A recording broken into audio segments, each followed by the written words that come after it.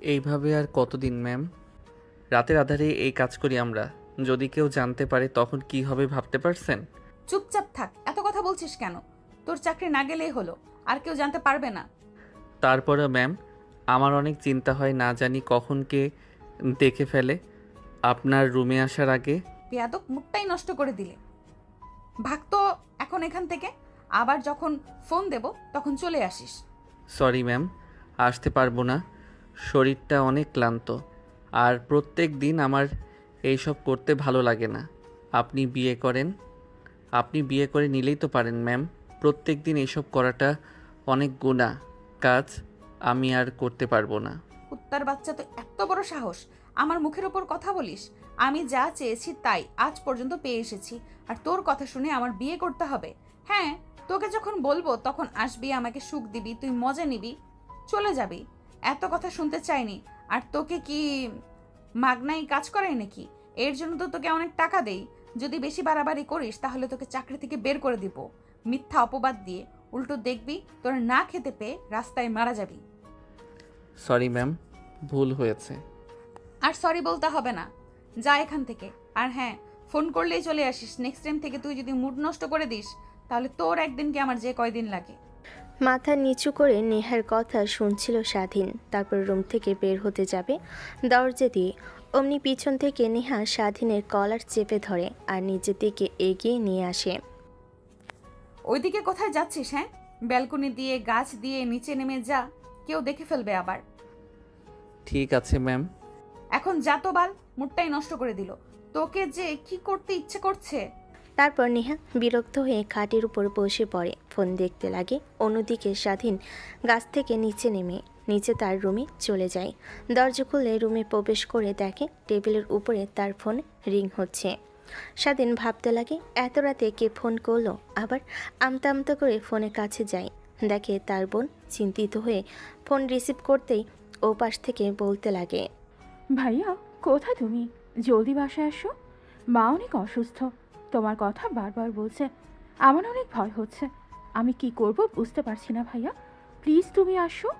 কি বলছিস বোন? আমার মার কি হয়েছে? সকালেই তো কথা বলে আসলাম, দেখলাম সব কিছু ঠিক। টাকা দিয়েও আসলাম। আবার কি হয়েছে তুই চিন্তা করিস না, আমি এক্ষুনি আসছি। কথাটা বলে স্বাধীন ফোন কেটে দেয়। তড়িঘড়ি করে বাসা থেকে বের হয়ে পড়ে গাড়ি নিয়ে। তারপর বাড়ির সামনে চলে যায়। গাড়ি থেকে বের হয়ে রুমে গিয়ে দেখে স্বাধীন তার মা খাটের উপর শুয়ে নড়াচড়া করছে না, শুধু তাকিয়ে আছে। অনেক ভয় হয়। স্বাধীনের পাশে তাকিয়ে দেখে তার বোন তার মাকে জড়িয়ে ধরে কান্না করছে। স্বাধীনকে দেখতে পেয়ে নেহা দৌড়ে আসে, জড়িয়ে ধরে কান্না করতে করতে বলে, ভাইয়া তুমি এসেছো, দেখো না মা কোনো কথা বলছে না কেন, তাকিয়ে আছি আর চোখ দিয়ে পানি বের হচ্ছে, প্লিজ দেখো না মার কি হচ্ছে। দাঁড়া বোন, চিন্তা করিস না, আমি তো চলে এসেছি। চল মাকে নিয়ে হসপিটালে যাই। তারপর স্বাধীন আর তার বোন স্বাধীনের মাকে নিয়ে গাড়িতে ওঠায়। স্বাধীন ড্রাইভ করতে করতে ফুল স্পিডে হসপিটালে চলে আসে। গাড়ি থেকে বের হয়ে নার্স নার্স বলে চিৎকার করতে লাগে। নার্সরা আসলে স্বাধীনের মাকে দেখে দ্রুত অপারেশন থিয়েটারে নিয়ে যায়। স্বাধীন চিন্তিত হয়ে চেয়ারে বসে থাকে, পাশে তার বোন কান্না করছে। এটা দেখে স্বাধীন তার বোনকে কাছে টেনে আনে। বোন, এভাবে কান্না করিস না, দেখবি সব ঠিক হয়ে যাবে। মার কিছুই হবে না। আমাদের সঙ্গে আগের মতো কথা বলবে, আগের মতো আমাদের শাসন করবে, দেখিস। হ্যাঁ ভাইয়া, তাই যেন হয়। স্বাধীন তার বোনকে সান্ত্বনা দিতে লাগে, তার মাথায় হাত বুলিয়ে দিতে লাগে। এভাবে অনেকটা সময় পার হয়ে যায়। যত সময় যায় তত স্বাধীনের চিন্তা বাড়তে লাগে। একটু পর কেবিন থেকে নার্স বের হয়ে আসে। স্বাধীন দেখে নার্সের দিকে এগিয়ে যায়। ম্যাম, কি হয়েছে আমার মায়ের, আর এখন কি অবস্থায় আছে? আমি তো আর ঠিক বলতে পারবো না, বড় স্যার একটু পর বের হবে, তার কাছ থেকেই সব জেনে নেবেন। আর দেখে যা বুঝতে পারলাম আপনার মা ব্রেন স্ট্রোক করেছে, কন্ডিশন খুব একটা ভালো না বোধহয়, বড়সড় একটা অপারেশন করতে হবে। কথাগুলো বলে নার্স সেখান থেকে চলে যায়। স্বাধীন চিন্তিত হয়ে ধপাস করে চেয়ারের উপর বসে পড়ে। প্রায় 20 মিনিট পর ডাক্তার বের হয়ে আসে। স্বাধীন দৌড়ে ডাক্তারের কাছে যায়। ডাক্তার, আমার মায়ের কি হয়েছে? দেখো বাবা, চিন্তিত হবার কোনো কারণ নাই। তোমার মায়ের কন্ডিশন খুব একটা ভালো না, অনেক টেনশন করে মনে হয়, তাই ব্রেন স্ট্রোক করেছে। যদি আরেকটু আনতে দেরি হয়ে যেত তাহলে আর বাঁচানো যেত না। সময় মতো আনতে পেরেছো তাই বাঁচানো গিয়েছে, কিন্তু তোমার মা পুরোপুরি প্যারালাইজড হয়ে গিয়েছে, কোনো কথা বলতে পারবে না। যদি আগামী 3 দিনের মধ্যে তোমার মাকে অপারেশন না করানো হয় তাহলে আজীবনের জন্য হয়ে যাবে, আর কখনো ঠিক করা যাবে না। কি বলেন আঙ্কেল? হ্যাঁ বাবা, আর আমি বুঝতে পারছি তোমার মনের অবস্থা। আঙ্কেল, কত টাকা লাগতে পারে আনুমানিক অপারেশন করানোর জন্য? দেখো, সাধারণত মাথায় অপারেশন করানোর জন্য বাংলাদেশে কোনো ডাক্তার এখন নেই, সবাই বিদেশে চলে গিয়েছে। আর তাদেরকে আনতে একটা খরচ আছে, তাদের ফি একটা আছে। A to Z মিলে না হলে কমপক্ষে 60 লক্ষ টাকা লাগবে। এতগুলো টাকা? ডাক্তার কথাটা বলে চলে যায়। স্বাধীন চিন্তিত হয়ে পড়ে। কি করবে বুঝতে পারে না। 60 লক্ষ টাকা কিভাবে সে জোগাড় করবে সে নিজেও জানে না। যেখানে তাদের মাসে বাজার করে বাজারের জন্যই হিমশিম খেয়ে যায়, সেইখানে এতগুলো টাকা কিভাবে জোগাড় করবে আর কোথা থেকে পাবে। একবার মায়ের দিকে আরেকবার নিজের বোনের দিকে তাকায় আর অঝরে কান্না করতে লাগে আর মনে মনে ভাবতে লাগে, কি বলছিস স্বাধীন? তুই তো আমার চিকিৎসার জন্য টাকা জোগাড় করতে পারবি না? যেই মা কিনা তোকে লেখাপড়া করানোর জন্য মানুষের বাড়িতে কাজ করত, তোদের মানুষের বাড়িতে কাজ করে বড় করিয়েছে, আর সেই মাকে চিকিৎসা করানোর জন্য টাকা তুই কোনোভাবে জোগাড় করতে পারবি না? এসবই চিন্তা করছিল স্বাধীন। একটু পর তার মাকে কেবিনে শিফট করা হয়। স্বাধীন তার বোনকে চেয়ার থেকে উঠে কেবিনের পাশে চেয়ারে শুয়ে দিয়ে স্বাধীন তার মার দিকে তাকিয়ে অঝরে কান্না করতে লাগে। কী করবে সে নিজেও বুঝতে পারে না। তখনই নেহার কথা মনে হয়। প্যান্টের পকেট থেকে ফোন বের করে স্ক্রিনের দিকে তাকিয়ে দেখে নেহার অনেকগুলো মিসড কল। স্বাধীন অবাক হয়ে যায়। যেখানে কিনা একবার কল করে না পেলেই তুল কালাম বাঁধিয়ে দেয়, সেখানে 100+ কল। স্বাধীন ভয়ে কেবিন থেকে বের হয়ে নেহার নাম্বারে কল করে। কুত্তার বাচ্চা, তোর এত বড় সাহস আমার ফোন কল রিসিভ করিস না? দেখ তোকে কতবার ফোন করেছি, 100বারেরও বেশি, আর তুই কিনা আমার কল দেখেও দেখিস না, আবার এখন কল করছিস কেন? কালকে সকালে আগে হতে দে, তারপর তোকে দেখাচ্ছি কি করে আমার বাসাতে তুই কাজ করিস। ম্যাম, প্লিজ আমাকে ভুল বুঝবেন না। আমি বাড়িতে নেই, দূরে এসেছি, আর আপনার ফোন কল আমি টের পাইনি, তার কারণে ধরতে পারি নাই। দেখ কোথায় আছিস তুই, আমি তো জানতে চাই না। যদি আগামী 20 মিনিটের মধ্যে আমার সামনে তোকে না দেখেছি তাহলে কি করব তোকে আমি সেটা নিজেও জানি না। কথাটা বলে নেহা ফোন কেটে দেয়। স্বাধীন কি করবে বুঝতে পারে না। যে রাগি মেয়ে যদি না যায় তাহলে খবর আছে। আবার মার কথা মনে হতে লাগে। এখন এই সময় যদি কাজ থেকে বের করে দেয় তাহলে তাদের অবস্থা একদম করুণ হয়ে যাবে। তারপর নিচে চলে আসে। গাড়ি ড্রাইভ করতে করতে নেহাদের বাড়ির দিকে যেতে লাগে। আর স্বাধীন হাল ছেড়ে দেয়, কারণ কোনোভাবে এতগুলো টাকা জোগাড় করতে পারবে না সে কখনোই। অযথা টেনশন করে আর কি লাভ, এসব ভাবতে লাগে আর অঝরে কান্না করতে লাগে আর চোখ মুছতে লাগে। প্রায় 15 মিনিট ড্রাইভ করে নেহাদের বাসায় চলে আসে। গাড়িটা পার্কিং লটে রেখে চাবিটা প্যান্টের পকেটে নিয়ে গাছ দিয়ে নেহার বেলকনিতে চলে যায়। বেলকনিতে উঠতেই দেখে নেহা বেলকনিতে বসে সিগারেট খাচ্ছে। নেহা স্বাধীনকে হঠাৎ দেখে রীতিমতো ভয় পেয়ে যায়। বুকের কাপড় উঁচু করে থুতু দিয়ে বলতে লাগে, কুত্তার বাচ্চা, কেউ এইভাবে ব্যালকনিতে উঠে নাকি? আমি তো ভয় পেয়ে গেছিলাম, আমি ভেবেছিলাম ভূত হবে হয়তো। আপনি যে মেয়ে ভূত কেন, স্বয়ং যমরাজও এসে হার মেনে যাবে। বিড়বিড় করে কি বলছিস তুই? কই ম্যাম, কিছু না। আর সরি ফোন রিসিভ না করার জন্য, আর তাড়াহুড়ো করে বেলকনিতে আসার জন্য। স্বাধীনের কথা শুনে নেহা সিগারেটের লাস্ট একটা টান দেয়। সিগারেটটা ফেলে দিয়ে স্বাধীনের কলার ধরে নিজের কাছে নিয়ে আসে। ঠোঁটের সঙ্গে ঠোঁট লাগিয়ে সিগারেটের ধোঁয়া স্বাধীনের মুখে পুড়ে দেয়। স্বাধীন কাশতে লাগে, কাশতে কাশতে মাটিতে পড়ে যায়। পাশের চেয়ারে বসে থাকা নেহা হাসতে লাগে। তুই অনেক সুন্দর অভিনয় করতে পারিস জানিস। আমার বয়ফ্রেন্ডের থেকেও অনেক মারাত্মক ছেলেরা মানেই অভিনয়। সিগারেটের ধোঁয়া মুখে নিতে কাশি শুরু হয়ে যায়। তোর বাহানা করে অন্য সময় তো ঠিকই সিগারেটের প্যাকেট শেষ করে দিস। সরি ম্যাম, আর আমি সিগারেট খাই না, তার কারণেই ধোঁয়া মুখে যেতে কাশি শুরু হয়ে গেছে। আপনি মুড নষ্ট করে দিলেন। আসেন, শুরু করতে পারেন। আজকে এখানেই করব, রুমে যাব না। রুমের থেকে ব্যালকনিতে রোম্যান্স করতে মুড হচ্ছে আমার। নেহার কথা শুনে স্বাধীন সব কিছু ভুলে যায়। নেহার দিকে ক্রমশই এগিয়ে যেতে লাগে। হঠাৎ নেহার নজর যায় স্বাধীনের চোখের দিকে। অন্যান্য দিন নেহাকে টানে, কিন্তু আজ লাল হয়ে আছে, অন্যরকম দেখাচ্ছে, ভয় হতে লাগে। কিরে, তোর কি হয়েছে? কান্না করছিস মনে হয় অনেক। তোর চোখ লাল হয়ে আছে, নাকি নেশা টেশা করে এসেছিস নাকি? দেখ, নেশা করে মোটেও এসব করবি না, কারণ আমি নেশাখোর ছেলেদের একদমই ঘৃণা করি। ম্যাম, এতদিন আপনার সঙ্গে আছি, আপনি এইটা হয়তো জানেন আমি কী রকম ছেলে। আর নেশা আমার দ্বারা কখনো সম্ভব না। আর আপনাকে এইসব না নিয়ে ভাবলেও হবে, যা করতে এসেছেন তাই করেন। আবার আমার কথা শুনে মুড নষ্ট হয়ে গেলে তখন আবার অনেক কথা বলবেন। আরে না, কিছুই বলবো না। এমনিতেও আজ এইসব করতে ভালো লাগছে না। তোকে মানাই করতাম। আমার অনেক গল্প করতে ইচ্ছে করছে, ঘুম আসছে না, তাই তোকে ফোন দিয়েছিলাম, দুজনে গল্প করব। কিন্তু ফোন রিসিভ করলি না, অনেক রাগ উঠে গিয়েছিল আমার। তাহলে একটু আগে যা হলো সেটা কে ছিল? আরে ওইটা তো এমনিতেই, আর ভয় পেয়ে গেছিলাম, তাই তোকে একটু শাস্তি দিলাম আর কি। এখন বল, কি হয়েছে তোর? আর এত রাতে বাইরে গিয়েছিলি, দেখলাম গাড়ি নিয়ে বাসায় ফিরলি। নেহার কথার উত্তরে স্বাধীন কি করবে বুঝতে পারে না।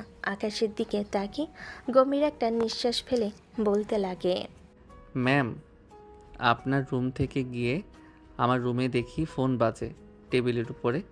আমার ফোন রিসিভ করে ধরতেই বোন ফোন করে, মা নাকি অনেক অসুস্থ, তাই গিয়েছিলাম। তারপর নেহাকে স্বাধীন সব কথা খুলে বলতে লাগে। নেহা স্বাধীনের কথা শুনে হতভম্ব হয়ে যায়, কারণ এই জেনারেশনেও একটা ছেলে তার মাকে নিয়ে এত কিছু ভাবে। নেহার কেন জানি একরকম ভালো লাগা কাজ করে স্বাধীনকে নিয়ে। এমন সময় নেহা স্বাধীনকে বলে ওঠে, আমি তোমাকে চিকিৎসা করানোর জন্য যত টাকা লাগে তত টাকাই দেব। কি বলছেন ম্যাম? সত্যি সত্যি আমার মাকে চিকিৎসা করানোর জন্য যত টাকা লাগবে তত টাকাই দেবেন? বিশ্বাস করেন ম্যাম, আমার মাকে চিকিৎসা করানোর জন্য টাকা দেন, তাহলে আমি সারা জীবন আপনার প্রতি কৃতজ্ঞ থেকে যাব। আপনি যা বলবেন আমি তাই করব ম্যাম। আরে থাম থাম, আগে আমার সম্পূর্ণ কথাটা শোন। তোর মাকে চিকিৎসা করানোর জন্য সম্পূর্ণ টাকা দেব, কিন্তু এর পরিপ্রেক্ষিতে আমার একটা শর্ত আছে। তুই যদি শর্তে রাজি থাকিস, তবেই তোর মাকে চিকিৎসা করানোর জন্য যত টাকা লাগে তত টাকাই দেব। হ্যাঁ ম্যাম, আপনার 1000টা শর্তে আমি রাজি আছি। যদি বলেন আমার জীবনটা দিয়ে দিতে, আমি তাতেও দ্বিধাদ্বন্দ্ব কাজ করবে না। তোকে আমাকে বিয়ে করতে হবে, সমাজের মানুষ জানবে আমরা বিবাহিত।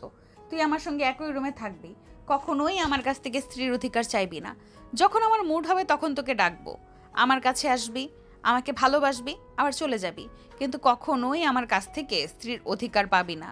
তুই সবার সামনে আমার স্ত্রী হয়ে থাকবি, কিন্তু আমার কাছে সেই কাজের ছেলে হয়েই থাকবি। নেহার কথা শুনে স্বাধীন দ্বিধাদ্বন্দ্বে পড়ে যায়, কি বলবে বুঝতে পারে না। নেহার যে বাবা মা, তাদের কথা মনে পড়লে স্বাধীনের ভয় হতে লাগে। কিন্তু ম্যাম, আঙ্কেল আন্টি তারা তো কখনোই মেনে নেবে না, আর তারা যদি না মেনে নেয় আপনাকে বাসা থেকে বের করেও দিতে পারে। তোকে তা নিয়ে ভাবতে হবে না, আমার উপর ছেড়ে দে। তোকে যা বলেছি, যদি পারিস হ্যাঁ বল। কিন্তু ম্যাম, আমার মা আছে, সে জানতে পারলে অনেক কষ্ট পাবে। আরে বাল, আমি কি তোকে বলেছি সত্যি সত্যি বিয়ে করতে নাকি? শুধু কয়েকদিনের চুক্তি মাত্র। আমার ইচ্ছে হলেই তোকে আমি ডিভোর্স দিয়ে দেব, তখন চলে যাবি, সমস্যা নেই। আর আমিও চাই না এই মিথ্যে সম্পর্ক টিকিয়ে রাখতে বেশি দিন। ঠিক আছে ম্যাম। তারপর নেহা আর স্বাধীন দুজনেই কথা বলতে লাগে। এমন সময় নেহা বলে ওঠে, আচ্ছা, তোর বাবা নেই, তোর এখন লেখাপড়া করার বয়স, সেই বয়সে তুই আমাদের বাসায় কাজ করছিস? হ্যাঁ, বাবা ছিল, কিন্তু হঠাৎ করে হারিয়ে যায়, আর ফেরে না। কোথায় আছে তাও জানি না। আর আগে মা বাসায় বাসায় কাজ করে আমাকে আর আমার বোনকে লেখাপড়া করাতো। কিন্তু একদিন মা আমাদের ফোন করে, তার যে বাসায় কাজ করে সেখানে যাই, দেখি সে অনেক ক্লান্ত। আমরা ধরাধরি করে নিয়ে আসি। সে থেকেই মা অনেক অসুস্থ। পরে আমি সংসারের হাল ধরার জন্য আপনাদের বাসাতে কাজ করি। আঙ্কেল নিতে চাইছিল না, কিন্তু মা অনেক জোরাজুরি করে, তখন রাজি হয়ে যাই। ও, আমি তো ভেবেছিলাম তুই অন্য কেউ। তাহলে তুই মুক্তি আন্টির ছেলে? আগে বলবি না? জানিস তোর মা অনেক ভালো, ছোট থেকে আমাকে বড় করেছে। আমাকে ছোট থেকে বড় করেছে তোর মা, জানিস? আমার মা বাবা আমার কাছে থাকবে না, তোর মা আমাকে বড় করেছে, খাইয়ে পড়িয়ে অনেক ভালোবাসতো আমাকে, কিন্তু অপরাধ করে চলে যায়। আর খুব একটা মনের উপর নাই তোর মায়ের কথা। আচ্ছা, বাদ দে, কাল সকালে তোকে টাকা দিয়ে দিব। আর আমি যখন বলি কাজী অফিসে যেতে, যাস, বিয়ে করিস। স্বাধীন মাথা দিয়ে হ্যাঁ বোঝায়। সেইভাবেই অনেকটা রাত হয়ে যায়। একটু পর নেহা তার রুমে চলে যায়। স্বাধীন না থেকে গাছ দিয়ে নিচে নেমে তার রুমে গিয়ে ঘুমানোর ব্যর্থ চেষ্টা করে, কিন্তু ঘুম আসে না। তখনই আজানের ধ্বনি বেজে ওঠে। গোসল করে মসজিদে চলে যায় নামাজ পড়ার জন্য। নামাজ পড়া শেষ হলে একটু হাঁটাহাঁটি করে তারপর বাসায় চলে আসে। গাড়ি পরিষ্কার করতে লাগে, ওয়েট করতে লাগে। তারপর রুমে যেতে ফোনটা বাজতে লাগে। হাতে নিয়ে দেখে তার বোন। ভাইয়া, তুমি কোথায়? মার কি যেন হয়েছে, মার মুখ দিয়ে ফেনা বের হচ্ছে। ডাক্তারকে ডেকে নিয়ে আসলাম, তারা বলছে তোমার সঙ্গে তাদের কথা আছে, জলদি আসো। কোনো চিন্তা করিস না বোন আমার, আমি এখনই আসছি। ডাক্তারকে বল অপারেশন শুরু করার জন্য, আমি টাকা নিয়ে আসছি। কি বলো ভাইয়া? ডাক্তার না বলছে যে 60 লক্ষ টাকা রাখবে, তুমি এতগুলো টাকা কিভাবে জোগাড় করলে? স্বাধীন তার বোনের প্রশ্নের উত্তরে কি জবাব দেবে বুঝতে পারে না। আমতা আমতা করে বলতে লাগে। কিছু না বলে ফোনটা কেটে দেয়। সামিয়া অবাক হয়ে যায়। স্বাধীন রুম থেকে বের হয়ে ঘড়ির দিকে তাকাই, দেখে সকাল 10টা বাজে। স্বাধীন ভালো করে জানে এখনও নেহা ঘুম থেকে ওঠেনি, তাই কি করবে ভাবতে লাগে। এই পাশ ওই পাশ তাকিয়ে বাহিরে এখন কেউ কাজ করছে না, তাই তড়িঘড়ি করে কাছে উঠে পড়ে। নেহার বেলকনিতে উঠে যায়। রুমে প্রবেশ করে দেখে নেহা এখনও ঘুমিয়ে আছে। কিভাবে নেহাকে ডাকবে বুঝতে পারে না, কিন্তু অন্যদিকে যে মায়ের কথা মনে হয় তখনই নেহাকে গিয়ে ডাকতে লাগে। নেহার ঘুম ভেঙে যায়। রেখে স্বাধীনের দিকে তাকায়। কুত্তার বাচ্চা, তোর এত বড় সাহস, আমাকে ঘুম থেকে উঠাস? ম্যাম প্লিজ ক্ষমা করবেন, কিন্তু এছাড়া আমার আর কোনো পথ ছিল না। রাতে তো আপনাকে সব কথা খুলেই বললাম। মায়ের অবস্থা এখন আরও বেগতিক। তো এখন আমি কি করব? ম্যাম, আপনি না বললেন মাকে চিকিৎসা করানোর জন্য যা টাকা লাগে আপনি দিবেন, তার জন্য আমাকে কিছু শর্ত দিয়েছেন। ওহো, মনে পড়েছে। আচ্ছা ওয়েট, দিচ্ছি তোকে। কথাটা বলে নেহা উঠে পড়ে। তারপর শোকেসের কাছে গিয়ে একটা ব্যাগ থেকে বেশ কিছু টাকা নিয়ে আসে। তারপর স্বাধীনের দিকে ব্যাগটা এগিয়ে দেয়। কালকে রাতেই টাকাগুলো সরিয়ে রেখেছিলাম, এখানে 60 লক্ষ টাকা আছে, তুই নিয়ে যা। আর হ্যাঁ, আমার শর্তের কথা যেন মন থেকে না মুছে যায়। ঠিক আছে ম্যাম, আপনার যখন ইচ্ছা আমাকে বলবেন, সমস্যা নেই। আর অনেক অনেক ধন্যবাদ আপনাকে। তারপর স্বাধীন বেলকনির দিকে যেতে লাগে, কিন্তু এত বড় ব্যাগ নিয়ে কীভাবে নিচে নামবে? নিচে অনেকেই কাজ করছে, কেউ দেখে ফেলবে, আবার এসবে ভাবতে লাগে। তখনই ফিরে রুমে প্রবেশ করে। নেহা দেখে বলে, কিরে, তোর আবার কি হলো? ম্যাম, এত বড় ব্যাগ নিয়ে কিভাবে নিচে নামাবো? আর সবাই কাজ করছে, কী যে করি বুঝতে পারছি না। তাহলে কি আর করার, মেইন দরজা দিয়ে যা। মা বাবা কিছু বললে বলিস আমি তোকে ফোন করেছিলাম, আর ব্যাগের মধ্যে আমার জামা কাপড় আছে, ওগুলো লন্ড্রিতে দিয়ে আসতে বলেছি, তাহলেই হবে। ঠিক আছে ম্যাম। কথাটা বলে স্বাধীন মেন দরজা দিয়ে নিচে নামতে লাগে। নেহার মা বাবা নিচে বসার রুমে বসেছিল। স্বাধীনকে নিচে নামতে দেখে দুজনেই রীতিমতো অবাক হয়ে যায়। স্বাধীন তাদের সামনে দিয়ে যেতে যাবে, অমনি নেহার বাবার ডাক। কি ব্যাপার, তুমি এত সকালে উপরে কোথায় গিয়েছিলে? আর ব্যাগের মধ্যে কি? আঙ্কেল, নেহা ম্যাম ফোন করেছিল, আর ব্যাগের ভিতর তার জামা কাপড় লন্ড্রিতে দিয়ে আসতে বলেছে পরিষ্কার করার জন্য। আজকে সে পার্টিতে যাবে। কি বলো, এত সকালে না ঘুম থেকে উঠেছে? তোমার কাজ তো ড্রাইভিং করা, তোমাকে তো নেহার কাপড় চোপড় লন্ড্রিটা দিয়ে আসার কাজ না। আচ্ছা যাই হোক, যাও তাহলে। নেহার বাবার কথা শুনে স্বাধীন স্বস্তির নিঃশ্বাস ফেলে। তারপর সেখান থেকে গুটি গুটি পায়ে বের হয়ে যায়। গাড়ি নিয়ে সোজা চলে যায় হসপিটালে। ব্যাগটা নিয়ে দৌড়ে স্বাধীন তার মায়ের কেবিনে যায়। দেখে পুরো কেবিন ফাঁকা। তখনই পাশ দিয়ে নার্স যেতে লাগে। স্বাধীন ডাক দিয়ে, আচ্ছা, এই কেবিনে যে একটা বৃদ্ধ মহিলা ছিল, প্যারালাইজড, ব্রেন স্ট্রোক করেছিল, সে কোথায়? ও, তুমি ওই বৃদ্ধার কথা বলছো? ওনার তো অবস্থা অনেক অবনতি হয়েছে, তাই নিচতলায় নিয়ে গিয়েছে। মেডিসিন ডিপার্টমেন্টে তো একটা ছোট মেয়েও ছিল, তাকে নিয়ে গিয়েছে। নিচে গিয়ে দেখুন, ঠিক খুঁজে পাবেন। নার্সের কথা শুনে স্বাধীন দৌড়ে নিচে চলে আসে। দেখে তার বোন একটা চেয়ারে বসে কান্না করছে, আর ফোনের দিকে তাকিয়ে আছে। তখনই স্বাধীন গিয়ে তার বোনের পাশে বসে পড়ে। স্বাধীনকে দেখে স্বাধীনী বোন জড়িয়ে ধরে। ভাইয়া, তুমি এসেছো আর আমি তোমাকে কখন থেকে ফোন করে চলেছি, কিন্তু তোমার ফোন তো বন্ধ দেখাচ্ছে। দেখো না, মা কি যেন হয়েছে, ডাক্তারকে বলছি কিছুই বলছে না। তারা বলছে তোমার সঙ্গে কথা বলবে। দেখো তো একটু গিয়ে। আর কান্না করিস না বোন, আমি তো চলে এসেছি। দেখবি মা সুস্থ হয়ে যাবে। আচ্ছা তুই দাঁড়া, আমি ডাক্তারের সঙ্গে কথা বলে আসছি। তারপর স্বাধীন তার বোনকে বসে অপারেশন থিয়েটারের সামনে চলে যায়। ছোট্ট জানালে দিয়ে দেখে ভিতরে অপারেশন চলছে। স্বাধীন অবাক হয়ে যায়, পুনরায় তার বোনের কাছে বসে পড়ে। আচ্ছা বোন, কেউ কি এসেছিল? আর ডাক্তারকে কি কেউ টাকা দিয়ে গেছে? না তো ভাইয়া, কেউ আসে নাই। আর সকালে হঠাৎ করে মার অবস্থার অবনতি হলে আমি ডাক্তারকে ডেকে নিয়ে আসি। তারা এইখানে নিয়ে আসে আর সকাল থেকেই অপারেশন করছে। কি বলিস, টাকা ছাড়াই অপারেশন করছে? না না, কখনই তো তারা বিনা টাকাতে অপারেশন থিয়েটারের সামনে দিয়েও নিয়ে যাবে না। কি টাকা দিলে এতগুলো? স্বাধীন কথাগুলোই ভাবছিল, হঠাৎ দরজা খোলার শব্দ পায়। সেদিকে তাকাই, দেখে এক এক করে সবে বের হচ্ছে। স্বাধীন উঠে ডাক্তারের কাছে যায়, দেখে ডাক্তার আরেকটা বিদেশি ডাক্তারের সঙ্গে হেসে সে কথা বলছে। সেটা দেখে স্বাধীনের অনেক ভালো লাগে। ড্যাপ ড্যাপ করে স্বাধীনের দিকে তাকিয়ে থাকে। তখন ডাক্তার স্বাধীনের কাছে এসে ঘাড়ে হাত দিয়ে বলতে লাগে, গুড লাক মাই সান। তোমার মার যে অবস্থা হয়েছিল, আমরা তো ভেবেছিলাম আর বাঁচানোই সম্ভব হবে না, কিন্তু আগামীকাল রাত্রে এই মিস্টার চ্যাম্পিয়ন্স বাংলাদেশে এসেছিল একটা কাজে। আমরা খোঁজ পেয়ে তাকে মেসেজ করি আর এইখানে চলে আসে। ভেবেছিলাম তোমার মার অপারেশন সকালে করব, এর আগে তো অবনতি হয়ে যাক। সবশেষে আলহামদুলিল্লাহ অপারেশন সাকসেসফুল হয়েছে। কিন্তু টাকা? এইটা নিয়ে তোমাকে ভাবতে হবে না, টাকা দেওয়া হয়ে গিয়েছে। আর সে তার নাম বলতেও অনেক শোক প্রকাশ করেছে, শুধু এইটুকু বলেছে তোমাদের আপন কেউ হয়। কি বলছেন স্যার? পৃথিবীতে আমাদের কেউ নেই আপন বলতে? এখন আবার আপনি বলছেন আপন কেউ? স্যার আমি টাকা জোগাড় করে নিয়ে এসেছি, আপনি এগুলো রাখেন। আর ওনার পরিচয় তো জানেন, ওনাকে টাকা ব্যাক দিয়ে দেন। চাইলেও সেইটা সম্ভব নয়। রাত 4টার দিকে আননোন নাম্বার থেকে ফোন আসে, তারপর আমাদের ব্যাংক অ্যাকাউন্টে টাকা আসে, তারপর বলে অপারেশন শুরু করার জন্য।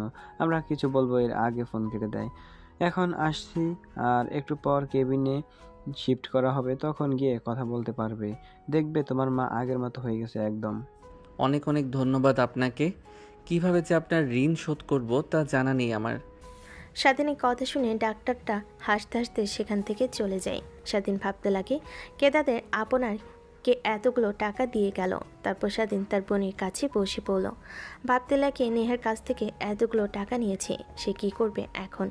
কি আর করার, সে যেই হোক, ছেলে কিংবা মেয়ে, তাকে অনেক অনেক ধন্যবাদ। আর নেহা ম্যামের টাকাগুলো কি করব? তা কি দিয়ে দেব? হাফ দিয়ে দেই। মানুষের ঋণ রাখা একদমই ঠিক হবে না। আর আমি তো তাকে কথা দিয়েছি, তার শর্তে রাজি। এখন জুতো টাকাগুলো নিতে রাজি না হয়, তার শর্তে যদি কাজ করতে বলে আমাকে, তখন কি করব? ধ্যাত, এত কিছু ভাবতে পারবো না। নেহা ম্যামকে গিয়ে সব খুলে বলবো, তখন তিনি যা করে তাই করব। আর টাকাগুলো রাখতে পারবো না, এতে তার শর্তে রাজি হতে হলেও হব। স্বাধীন কথাগুলো ভাবছিল, এমন সময় ফোন কেঁপে ওঠে। হাতে নিয়ে দেখে নেহার নাম্বার। স্বাধীন অবাক হয়ে যায়, কাঁপা কাঁপা হাতে ফোন রিসিভ করে কানে কাছে ধরতেই ওপাশ থেকে বলে, কিরে, তোর মায়ের অপারেশন সাকসেসফুল হয়েছে? হ্যাঁ ম্যাম, হয়েছে। একবার ফোন দিয়ে জানানোর প্রয়োজনও মনে করলি না তুই? এই জন্যই বলে বিপদে পড়লে বন্ধু, আর বিপদ ফুরিয়ে গেলে শত্রু। না ম্যাম, আপনাকে ফোন করতে চাচ্ছিলাম, এর আগেই আপনি ফোন করেছেন। হয়েছে, তোকে আর বাহানা গাইতে হবে না। আর আমার শর্তের কথা মনে আছে তো? নাকি ফোন করলে কাজী অফিসে চলে আসিস, আমি রেডি হয়ে বান্ধবী নিয়ে সেদিকে যাচ্ছি গাড়ি নিয়ে। কিন্তু ম্যাম, আপনার টাকাগুলো আমি খরচ করিনি, আমার মার অপারেশনের জন্য যা টাকা দরকার ছিল কোনো বহিরাগত ব্যক্তি সে টাকা দিয়ে গিয়েছে, পরিচয় জানায়নি।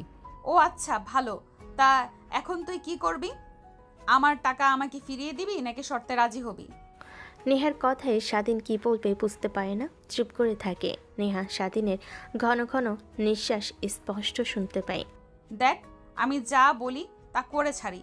তোকে যেহেতু বলেছি বিয়ে করতে হবে আমাকে, তো বিয়ে করতেই হবে। এখন ফোন রাখছি, আমি ফোন করলে কাজী অফিসে চলে আসিস। কিন্তু ম্যাম, আমি তো টাকাগুলো ফেরত দিতে চাই। টাকা ফেরত দিলেও কি আপনাকে বিয়ে করতে হবে? স্বাধীনের কথা শেষ হওয়ার আগে নেহা ফোন কেটে দেয়। স্বাধীন চেয়ারে বসে পড়ে। যেই দেমাগি মেয়ে আল্লাহই জানে আমার সাথে কি যে হয়, না বুঝে না শুনেই তো তার কথা প্রেক্ষিতে হ্যাঁ বলে দিয়েছিলাম। এখন হাড়ে হাড়ে টের পাবো আমি। স্বাধীন চেয়ারে বসে থেকে কথাগুলো ভাবতে লাগে। একটু পর নার্স এসে তার মাকে কেবিনে শিফট করে। স্বাধীন আর তার বোন পিছু পিছু যায়। কেবিনে শিফট করা হলেই স্বাধীন দেখে তো অবাক হয়ে যায়। বিশাল বড় রুম, এসি লাগানো, পাশে 2টা বড় বড় বেডস। স্বাধীন ভালো করে বুঝতে পারে এই রুমগুলো ভিআইপি কোটি কোটি টাকার মালিক, যাদের তারাই একমাত্র নিয়ে থাকে। কিন্তু এত টাকা তার নেই। এইখানে নিয়ে এসেছেন কেন? আগের কেবিনে নিয়ে যাবেন না? না স্যার, আমাদের অফিসের মালিকের মেয়ের গেস্ট আপনি। আপনাকে কি আর মিডল ক্লাস কি দিনে রাখা যায়? তাই এখানে। আর আর কোনো কিছু যদি দরকার পড়ে প্লিজ এই যে টেলিফোন, তাতে ফোন করে বলবেন। আমাদের লোক তৎক্ষণাৎ আপনার কাছে চলে আসবে। আমাদের কি আর ডাকতে হবে না। ঠিক আছে। তারপর স্বাধীন তার মায়ের কাছে এগিয়ে যায়, দেখে এখনও ঘুমাচ্ছে। সামিয়া বেডের উপর লাফাতে লাগে। আরে বোন, কি করছিস? এইভাবে শব্দ করিস না, মা ঘুম থেকে উঠে পড়বে, সমস্যা হবে। চুপচাপ হয়ে বসে থাক, না হলে ঘুমা। রাতে তো তোর ঘুম হয়নি ওই চেয়ারে শুয়ে থেকে। হ্যাঁ ভাইয়া, আরে দেখো না কত নরম বেড, তাই আর কি জাম্পিং চলছে। কথাটা বলে স্বাধীনের বোন সামিয়া হাসতে লাগে। তার হাসি দেখে স্বাধীনের ছোট হাসির রেখা ফুটে ওঠে। তারপর স্বাধীন চেয়ার টেনে তার মায়ের পাশে বসে থাকে। এমন সময় ফোনে রিং হতে লাগে। হাতে নিয়ে দেখে নেহা, ফোন কেটে দেয়। তারপর স্বাধীন তার বোনের কাছে গিয়ে বলে, আপু, আমি আছি, তুই মার পাশে থেকো। মারও যদি কিছু লাগে তুমি এগিয়ে দিও। আর নার্স কি বলে গিয়েছো শুনো।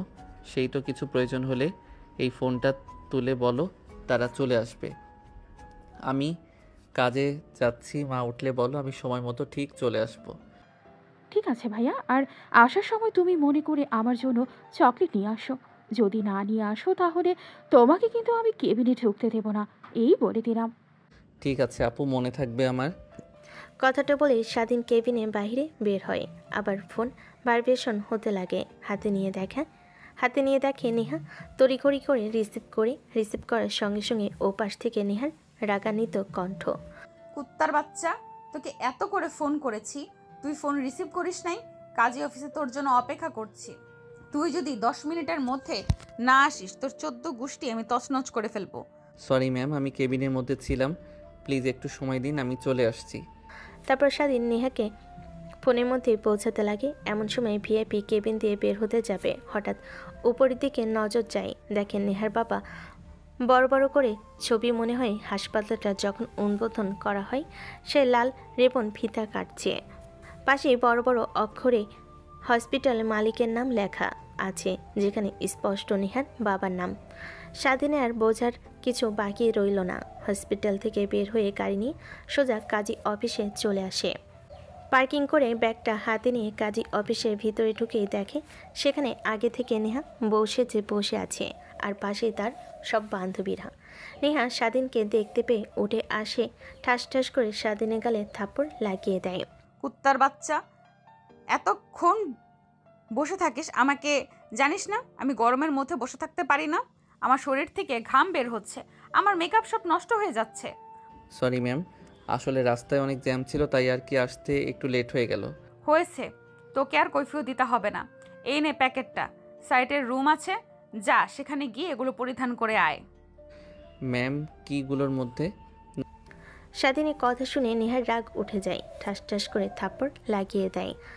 স্বাধীন ছোট অফিস কাজী অফিসের ভিতরে থাকা সবার দিকে তাকায়। সবাই এক দৃষ্টিতে তাকিয়ে আছে। ফকিন্নির বাচ্চা, তোকে বলেছি যা তাড়াতাড়ি প্যাকেটে যা আছে পরিধান করে আয়। এত কথা বলছিস কেন তুই?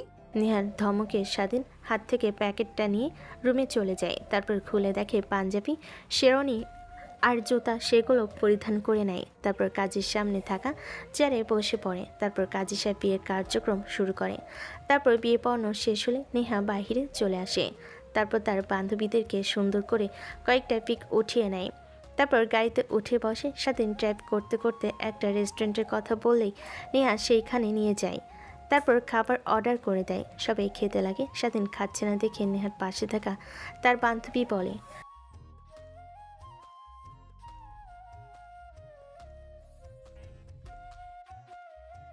না মানে আপনারা খান। ওকে, তোদের জোর করতে হবে না, না হলে খাবে না। ফকিন্নির বাচ্চা এইসবে আগে কখনো দেখেছে নাকি যে খাবে?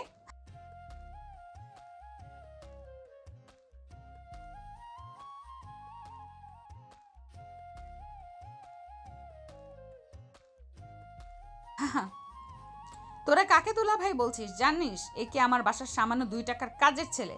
নেহার কথা শুনে তার বান্ধবীরা সবাই হতভম্ব হয়ে যায়।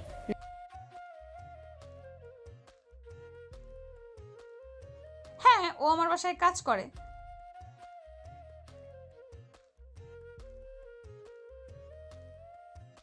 মাথা ঠিক আছে। আর তোরা তো ভালো করেই জানিস আমি ছেলে মানুষদের একদম বিশ্বাস করি না। তাই আর কি, নামে শুধু বিয়ে করলাম, কাজের কিছুই নয়। ও ওর মতো জীবন পার করবে, আমি আমার মতো।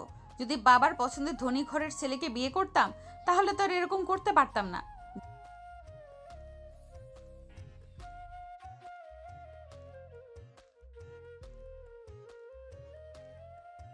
দেখ, তোদের কাছ থেকে আমি জ্ঞান শুনতে চাই না। তোরা এসেছিস, বিয়েতে সাক্ষী দিয়েছিস, অনেক হয়েছে। আর হ্যাঁ, আমি যে কে বিয়ে করেছি শুধুমাত্র নামের, গ্রামের নামের নয়, এই কথা যেন বাইরের কেউ জানতে না পারে, তোরা ব্যতীত। নেহার কথায় তার বান্ধবীরা সবাই মাথা দিয়ে হ্যাঁ বোঝায়। তারপর খাওয়া দাওয়া করে সবাই যে যার মতো বাসে চলে যায়। স্বাধীন সেইখানেই বসে থাকে খাবার সামনে নিয়ে। এত ঢং, এত ঢং দেখে আর বাঁচি না। তুই তোর সামনে খাবারের প্লেট নিয়ে বসে আছিস, কেন খাবার খাচ্ছিস না? আর তোকে খাবার খেতেও হবে না, চল বাসায় যাব। আল্লাহ জানে বাসায় গেলে কি হয়, আর ওদিকে সব ম্যানেজ করতে হবে। ম্যাম, আমার যদি কিছু হয়ে যায় প্লিজ আমার বোন আর মাকে দেখবেন, কারণ আমি ছাড়া আমার বোন আর মাকে দেখার মতো এই পৃথিবীতে কেউ নেই। কি বলছিস তুই? তোর আবার কি হবে যে তোর মা বোনকে আমার দেখতে হবে? আঙ্কেল যে রাগী আমি শিওর সে কখনোই আমাকে আপনার স্বামী হিসেবে মেনে নেবে না। আর আঙ্কেলের তো ভয়ঙ্কর রূপ এর আগে আমি দেখেছি। একটা ছেলে আপনাকে ডিস্টার্ব করেছিল, শীষ বাজিয়েছিল রাস্তায় দাঁড়িয়ে, সেটা দেখে আঙ্কেল তাকে লোকজন দিয়ে বেধড়ক মেরেছে। ছেলেটার পা ভেঙে দিয়েছিল, হাত ভেঙে দিয়েছিল, ছেলেটা এখনও ঘুরে ঘুরে হাঁটে, আমি দেখেছি। আর আমি তো আপনাকে বিয়ে করেছি, এটা জানলে আঙ্কেল যে আমাকে কি করবে তার ভাবতে হবে না। ভুলে যাস না, তুই আমার বাবাকে চিনিস না। আমার বিষয়ে সে একদম পাগল। ছোট থেকে আমি যা চেয়েছি তাই দিয়েছে, সেটা 1000 জনকে মেরে হলেও আমাকে দিয়েছে। তোকে যদি চাই বাবা না করবে না, এটা আমি ভালো করেই জানি। আর ভয় পেতে হবে না। এত কিছু যদি হয়, আমি আর তুই না হয় আলাদা বাসা নিয়ে থাকবো, দেখবি তখন ঠিক বাবা রাজি হয়ে আমাদেরকে বাসায় নিয়ে যাবে। আর হ্যাঁ, তোকে তো বলতে ভুলে গিয়েছি, আমাদের বিয়ে হয়েছে সবাই ভাববে যে সুখে আছি, কিন্তু আমাদের মধ্যে দূরত্ব থাকবে, এটা কাউকে যেন বলিস না। স্বাধীন মাথা দিয়ে না বোঝায়। তারপর নেহা রেস্টুরেন্টের বিল মিটিয়ে গাড়ি করে পাশেই যেতে লাগে। অন্যদিকে স্বাধীন টাইপ করছিল আর ভাবছিল তার এখানে কি হয়েছে আল্লাহ জানে, বড়লোক বলে কথা, যখন মাথায় যে চিন্তা আসে তাই করে ছাড়ে। কী কারণে যে আমি আর একদিন রাতে তাকে বিয়ে করার কথা বলেছিলাম, এখন তা হাড়ে হাড়ে টের পাচ্ছি। কিরে, কি ভাবছিস? এত করে ডাকছে তোকে পাশ থেকে, তোর কানে কি যায় না? আমার ডাক যায় না? বলেছে যে গাড়িটা সাইডে ব্রেক কর। মানে সরি ম্যাম। সাইডে গাড়ি দাঁড় করে। নেহা গাড়ি থেকে নেমে একটা মিষ্টির দোকানে যায়। অনেকগুলো মিষ্টি কিনে স্বাধীনকে ছাড়াই দোকানে গিয়ে প্যাকেটগুলো নিয়ে গাড়ির ডিকিতে রাখে। তারপর গাড়িতে উঠে পড়ে। বিয়ে করেছি সবাইকে একটু মিষ্টি মুখ করাতে হয় নাকি? ম্যাম, আপনাকে একটা কথা বলার ছিল আমার। চুপ করে মোবাইল দিয়ে গাড়ি চালাও, আর একটা কথাও বলবি না। আর শুধু শুধু চিন্তা করা বাদ দে, তখন দেখবি চিন্তা করতে করতে ঠিক তোর মায়ের মতো অবস্থা হবে, তোর ব্রেন স্ট্রোক করবি। কথাটা বলতে নেহা জিব্বায় কামড় দেয়। স্বাধীন প্রশ্নসূচক দৃষ্টিতে নেহার দিকে তাকায়, কিন্তু কোনো প্রশ্ন করে না। তার মাথা অনবরত প্রশ্নে ঘুরপাক খেতে লাগে আর ভাবতে লাগে। আচ্ছা ম্যাম, কি করে জানলো আমার মা ব্রেন স্ট্রোক করেছে আর চিন্তা করতে অতিরিক্ত? তার মানে কি ম্যাম আমার মাকে চিকিৎসা করার জন্য গোপনে টাকা দিয়েছে আর প্রকাশ্যে আমাকে টাকা দিয়েছে? ধ্যাত, সে এতগুলো টাকা দিয়েছে আবার চিকিৎসার জন্য দিয়েছে। ধারবান, এত কিছু ভেবে কোনো কাজ নাই। বাসায় যাই, তারপরে ম্যামকে সব খুলে বলবো আর তার টাকা তাকে ফেরত দেবো। কথাগুলো আনমনে বলতে বলতে বাসে চলে আসে। বাড়ির ভিতরে প্রবেশ করে মেন দরজার সামনে গাড়ি দাঁড় করে। নেহা গাড়ি থেকে নেমে যায় স্বাধীনকে ছাড়া, কিন্তু স্বাধীন নামতে রাজি হয় না। রাগী দৃষ্টিতে নেহা তার দিকে তাকাতেই স্বাধীন নেমে যায়। সবাই অবাক হয়ে স্বাধীন আর নেহার দিকে তাকিয়ে থাকে। নেহা স্বাধীনের হাত জড়িয়ে ধরে দু হাত দিয়ে, এটা দেখে সবার চোখ বড় বড় হয়ে যায়। তারপর ভিতরে প্রবেশ করে। বাড়ি ভর্তি লোক ভিতরে ছিল। নেহার বাবা দরজার দিকে তাকিয়ে স্বাধীনকে আর নেহাকে এমন অবস্থায় দেখে কথা বলার ভাষা যেন হারিয়ে ফেলে। নেহা মা, তুই এসেছিস? আর আমি তোকে কখন থেকে খুঁজছি, কিন্তু তুই বউ সেজে, আর পাশে ছেলেটাকে? ও ফুপি, তুমি এসেছো? যাক, ভালোই হয়ে গেল। যার সঙ্গে দেখা হলো তার সবাই পরিচয় হও। আগে তো তোমরা সবাই জানতে কাজের ছেলে হিসাবে, আজ অন্য পরিচয় আমার স্বামী হিসেবে জেনে নাও। কি বলছিস নেহা তুই? তোর মাথা ঠিক আছে? তোর স্বামী মানে? দেখ, একদম মজা করিস না, মজার সময় নয় কিন্তু এইটা। দেখ, বাসায় অনেক মেহমান। মা, তোমার কি ফান মনে হচ্ছে? এত এত মানুষের মাঝে আমি ফান করছি? আমি সিরিয়াস। আর সত্যি এ তোমার মেয়ের জামাই। তোমরা মানো আর না মানো। এই, তুমি এখানে দাঁড়িয়েছো কেন? চলো রুমে। আর ফুপি, আমি আসছি। এগুলো খুলে, এত ভারী পোশাক পরতে আর ভালো লাগছে না। তারপর স্বাধীন ব্যাগ হাতে নিয়ে নেহার পিছু পিছু নেহার রুমে ঢুকে যায়। নেহা দরজা লাগিয়ে দেয়। সোফার উপর গিয়ে বসে পড়ে। গায়ের উপর থেকে ওড়না সরিয়ে ফেলে। স্বাধীন সেই দিকে তাকে চোখ সরিয়ে ব্যাগটা হাতে নিয়ে সোফার সামনে থাকা ছোট্ট টেবিলের উপর রেখে দেয়। তারপর নেহাকে উদ্দেশ্য করে বলে, ম্যাম, এই নিন আপনার সব টাকা। কি বলছিস? টাকা ফিরিয়ে নিয়ে এসেছিস মানে? তার মানে কি আন্টির অপারেশন করিসনি তুই? না, আমার অপারেশন হয়ে গিয়েছে।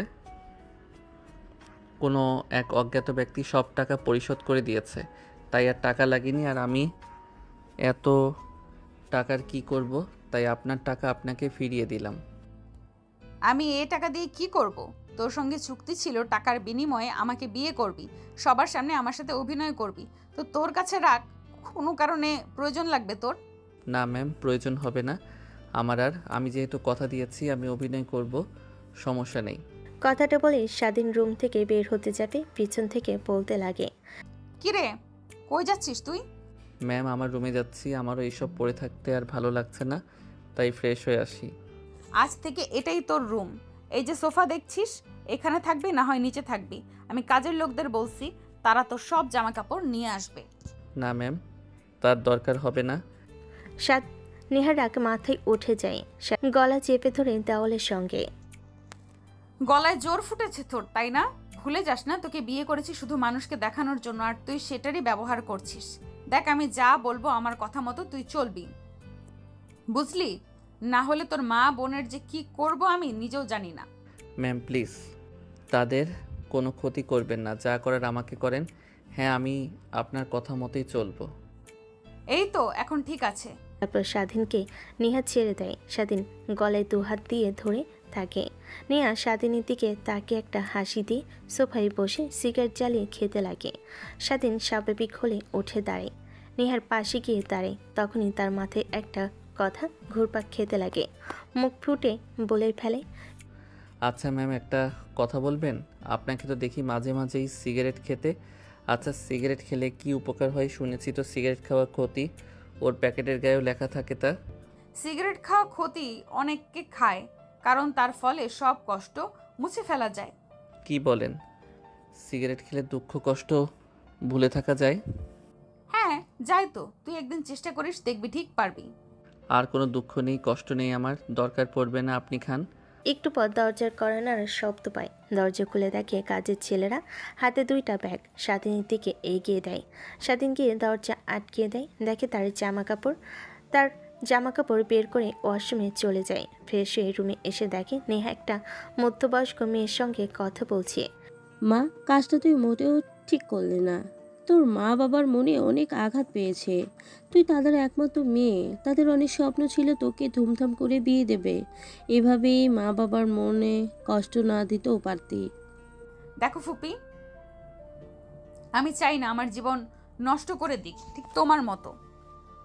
তোমাকে তো সবাই আনন্দ করে বিয়ে দিয়েছিল বড় ঘরের ছেলের সাথে। দিন শেষে কি হলো? সে তোমাকে রেখে অন্য মেয়েতে আসক্ত হলো, তোমাকে মারধর করেছে, সেটা ডিভোর্সের রূপ নিল। আরও তোমার সঙ্গে ফুপা কত জঘন্য কাজ করেছে সেটা তো আর নাই বললাম। এর থেকে নিজের থেকে ছোট আর গরিব ঘরের ছেলেকে বিয়ে করেছি। দেখো, কখনো আমার মুখের উপর কথাও বলতে পারবে না। আর তো গায়ে আঘাত করা দূরে থাক। মারে, তাই বলে তুই সামান্য একটা কাজের ছেলেকে বিয়ে করবি? এইটা একদম বেমানান। তোর বাবা কারোর সামনে গিয়ে দাঁড়াতে পারবে না। যখন সবাই বলবে কাজের ছেলের সাথে বিয়ে দিয়েছো, তখন তোমার বিয়ের সময় অনেক অনেক কথা বলেছিল, অনেক ভালো ভালো কথা ছেলেকে নিয়ে। সর্বশেষে যখন ডিভোর্স হলো তখন তো তোমাকে নিয়ে আজে বাজে কথা বললো লোকেরা, কিন্তু তোমার তো কোনো দোষই ছিল না ফুপি। নেহার কথার প্রতি উত্তরে নেহার ফুপি কী বলবে বুঝতে পারে না। পিছন থেকে স্বাধীন সব শুনতে পায়। নেহার ফুপি কান্না করতে লাগে। তখন নেহার হাত লেগে ব্যাগ মাটিতে পড়ে যায়। ব্যাগের সব কিছু বাহিরে বের হয়ে যায়। তারপর নিচু হয়ে সেগুলো কুড়াতে লাগে। স্বাধীন একটা ছবি দেখে চোখ আটকে যায়। স্বাধীন মাটিতে বসে সব উঠিয়ে দিতে লাগে। এমন সময় ছবিটা হাতে নেয়। নেহার ছবি স্বাধীনের হাত থেকে ছবিটা নিয়ে নেয়। এটা দেখে স্বাধীন অবাক হয়ে যায়। নিজের অজান্তেই প্রশ্ন করে, আচ্ছা ম্যাম, ছবিতে থাকা ছেলেটাকে? সেইটাই তোমার জানতে হবে না। প্লিজ বলেন না। ফুপি, তোমাকে আজ বলতেই হবে। তোমাকে অনেকবার আমি একই প্রশ্ন করেছি, কিন্তু তুমি কিছু বলনি। আজ বলো, এই ছোট ছেলেটা কে, যার পিক তুমি সবসময় যত্ন করে নিজের কাছে রাখো? তাহলে শোন, এই ছোট ছেলেটাকে, এই পিকে থাকা ছেলেটা হচ্ছে আমার ছেলে। ভাইসহ কাউকেই আমি সত্যি কথা বলিনি। আমাদের একটা ছেলে হয়েছিল, কিন্তু তোর ফুপা ছিল অনেক বাজে। ছেলে হয়েছে সেটা দেখেও অন্য মেয়েদের সঙ্গে গিয়ে থাকতো। আমি কিছুই বলতাম না, শুধু শ্বশুর শাশুড়িকেই বলতাম, তারাও কিছু বলতো না। বললেই এই বয়সী সব তো করবেই, ছেলে হলে ঠিক হয়ে যাবে। কিন্তু তোর ফুফাতো ভাই আসার পরও কোনো কিছুই ঠিক হয় নাই। একবার তোদের সঙ্গে কোনো যোগাযোগ ছিল না প্রায় 3 বছর। তখন হয়েছিল আমার সাথে, রাখতাম সব সময়। 2 বছর আমার সাথেই ছিল। এই হাতে বড় করেছি, অনেক স্বপ্ন ছিল ছেলেটাকে নিয়ে বাঁচার। কিন্তু তোর ফুপা বাসায় ফিরে আমাকে অনেক মারতো। ছেলেটাকেও আমার ছেলেকে রেখে বাজারে যাই বাজার করার জন্য। বাড়িতে এসে দেখি কোথাও নেই। অনেক খুঁজি, মা বাবাকে বলি, তারাও জানে না। খুঁজতে খুঁজতে পাগল হয়ে যায়, কিন্তু কোথাও খুঁজে পাই না। তোর ফুপা আসলে তাকে বললেও সে কিছু বলে না। তাই আর তোর ফুপার সঙ্গে আর আমি থাকতে রাজি হই না। যাকে নিয়ে বাঁচার স্বপ্ন ছিল সেও হারিয়ে গেল। তারপর তাদের বাসায় চলে আসি, তারপর ডিভোর্স হয়ে যায়। নেহা তার ফুপির কথা শুনে অবাক হয়ে যায়। কান্না কান্না কণ্ঠে তাকায়। অন্যদিকে স্বাধীন নেহার ফুপির কথা শুনে চোখ বেয়ে পানি বের হতে লাগে। ফুপি, তুমি এত বড় সত্যি কথা আমাদের কাছ থেকে লুকিয়েছো? তুমি একবার যদি সত্যি করে বলতে, দেখতে বাবা কি করতো ফুপার। আর আমার মনে হয় কি উপায় হয়তো বা তোমার ছেলেকে কোথাও লুকিয়ে রেখেছিল, কিংবা বাইরে রেখে এসেছে। আমার মনে হয় না একটা বাবা কখনো তার ছেলেকে এইভাবে দূরে সরিয়ে রাখবে। কথাটা বলেই নেহার ফুপি কান্না করতে লাগে। স্বাধীন নিজের অজান্তে নেহার ফুপিকে উঠিয়ে টিস্যু দিয়ে চোখ থেকে অশ্রু মুছে দিতে লাগে। নেহা আর নেহার ফুপি দুজনেই অবাক হয়ে যায়। স্বাধীন কি করেছে সেটা তুই আমার সঙ্গে বেয়াদবি করছিস কেন? মানে সরি ম্যাম, সে কান্না করছে, আমার ভালো লাগছে না। মার বয়সী, তাই টিস্যু দিয়ে চোখ মুছে দিলাম। আরে নেহা, তুই শুধু শুধু ছেলেটাকে এভাবে বকছিস কেন? ছেলেটা তোর ভালোই করেছে। সে আমার মাঝে তার মাকে খুঁজে পেয়েছে। সমস্যা নেই বাবা, তুমি বসো। আর তোমার কি আমার অনেক ভালো লেগেছে। নেহা, তুই এতদিন পর একটা ঠিক কাজ করেছিস। তারপর নেহার ফুপি, স্বাধীন আর নেহা তিনজনেই কথা বলতে লাগে। অন্যদিকে স্বাধীনের মাথায় বারবার একই চিন্তা ঘোরপাক খাচ্ছে। সেই ছবিটা আসলে নেহার কফির ব্যাগের মধ্যে যে ছবিটা ছিল, সে একই ছবি স্বাধীনের বাড়িতেও দেখেছিল। তার মাকে জিজ্ঞেস করলে বলতো ওটা তার ছোটবেলার ছবি, সাথে একটা লকেটও ছিল, কিন্তু প্রয়োজনে সে সেটা বিক্রি করে দিয়েছে তার মা। এভাবে অনেকটা সময় পার হয়ে যায়।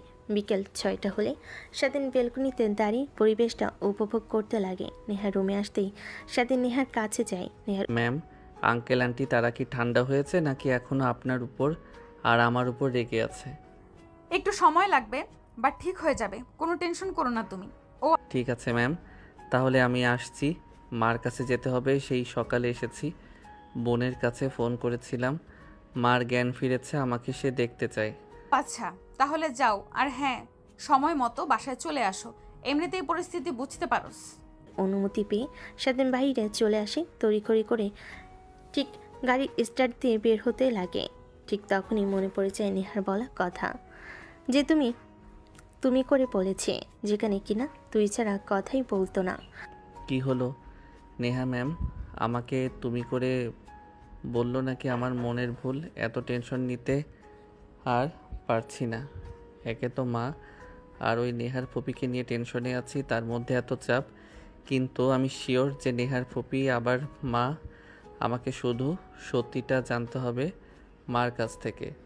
কথাটা ভাবতে ভাবতে স্বাধীন একটা দোকানের সামনে গাড়ি দাঁড় করে। তারপর কিছু চকলেট আর চিপস নিয়ে গাড়ি স্টার্ট দিয়ে পুনরায় হাসপাতালে চলে আসে। তারপর গাড়ি পার্কিং লটে রেখে সোজা কেবিনে চলে যায়। তারপর স্বাধীন তার বোনকে চকলেটগুলো দিতে সামিয়া স্বাধীনকে জড়িয়ে ধরে গালে চুমু দিয়ে বলে, ইউ আর মাই বেস্ট ভাইয়া। আর বেস্ট বলতে হবে না। মা এখন কেমন আছে? হ্যাঁ, অনেক ভালো আছে। আর তুমি আসার এই অল্প কিছুক্ষণ আগেই একটা নার্স এসে ঘুম পাড়ানোর ইঞ্জেকশন দিয়ে গিয়েছে। আর একটু আগে আসলেই তুমি মার সঙ্গে কথা বলতে পারতে। তখনই পিছন থেকে স্বাধীনের মা বেডে শুয়ে থেকে ডাকতে লাগে। স্বাধীন পিছন দিকে তাকিয়ে তার মায়ের কাছে এগিয়ে যায়। তুমি এখনো ঘুমাওনি? নার্স তোমাকে না ঘুমের ইঞ্জেকশন দিয়ে গিয়েছে একটু আগে? বোন সেটাই বলল। ঘুম তো চোখে আসছে না রে বাবা, জ্ঞান ফিরেছে সেই দুপুরে। তোকে দেখছে না, তোর বোনকে দিয়ে ফোন করলাম, তুই নাকি জরুরি কোন কাজে আটকে গিয়েছিস। এখন তোর আসার সময় হলো? মা তুমি তো আমাকে জানোই, কাজে আটকে গিয়েছিলাম তাই আশা হয়ে ওঠেনি, সরি। আচ্ছা ঠিক আছে বাবা, আমার জ্ঞান ফেরার পর সামিয়া আমাকে সব বলেছে। আমাকে নাকি অপারেশন করার জন্য অনেক টাকা লেগেছে। আচ্ছা বাবা, তুই এতগুলো টাকা কোথা থেকে জোগাড় করলি?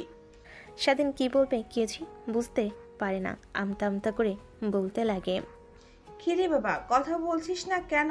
তুই আবার কোনো অন্যায় কাজ করে টাকা আনিসনি তো? আবার সেই টাকা দিয়ে আমাকে চিকিৎসা করিয়েছিস? না মা, আমি কোনো অন্যায় কাজ করি নাই, তুমি শিওর থাকো।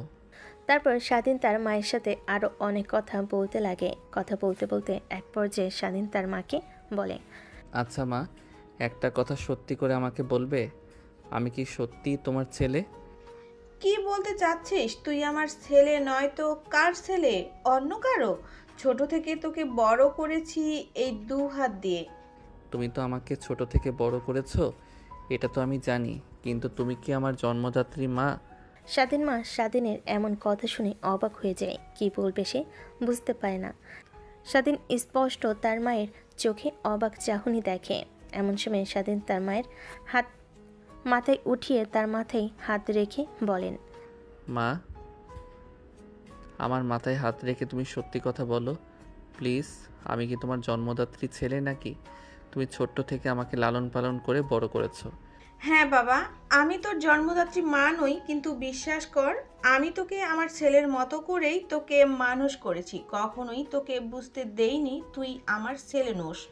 আমি জানতাম এরকম একটা দিনের সম্মুখীন হতে হবে আমার। তাহলে আমার জন্মদাত্রী মাকে তুমি কি জানো? না। না রে বাবা, সেটা আমি জানি না। জানলে কি আর তোকে আমার কাছে রেখে দিতাম, নাকি তোর মার কাছে তোকে দিয়ে আসতাম?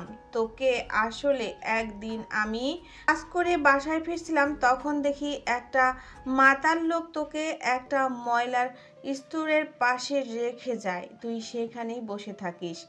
আমি দেখে সেখান থেকে চলে যাই। প্রায় রাত 10টার সময় একটা কাজে বাসার বাইরে বের হয়ে দেখি তুই তখনও সেখানে বসেছিলি। আমার বোঝার আর বাকি রইল না। তারপর তোকে উঠিয়ে বাসায় নিয়ে আসি। তুই অনেক কান্না করছিলি, কিন্তু নিজের কাছে যা টাকা ছিল তা দিয়ে তোর জন্য খেলনা আর দুধ চিনি নিয়ে আসি। ধীরে ধীরে তুই আমার কাছে বড় হতে থাকিস। আচ্ছা, তুই কি তোর মা বাবাকে খুঁজে পেয়েছিস? স্বাধীন কি বলবে ভাবতে পারছে না। খুঁজে পাইনি। তাহলে তুই কিভাবে জানতে পারলি যে তুই আমার ছেলে নোস? কথাটা বলি স্বাধীন মা হাসতে লাগে। স্বাধীনও হাসতে লাগে। তারপর স্বাধীন তার মায়ের পাশে চেয়ার টেনে বসে মাথায় হাত বুলিয়ে দিতে লাগে। স্বাধীনের মা ঘুমিয়ে যায়। পাশে তাকিয়ে দেখে তার বোনও ঘুমিয়ে গেছে। স্বাধীন কেবিন থেকে বের হয়ে বেলকনিতে যায়। অনেক উপরে হসপিটালের রুমটা।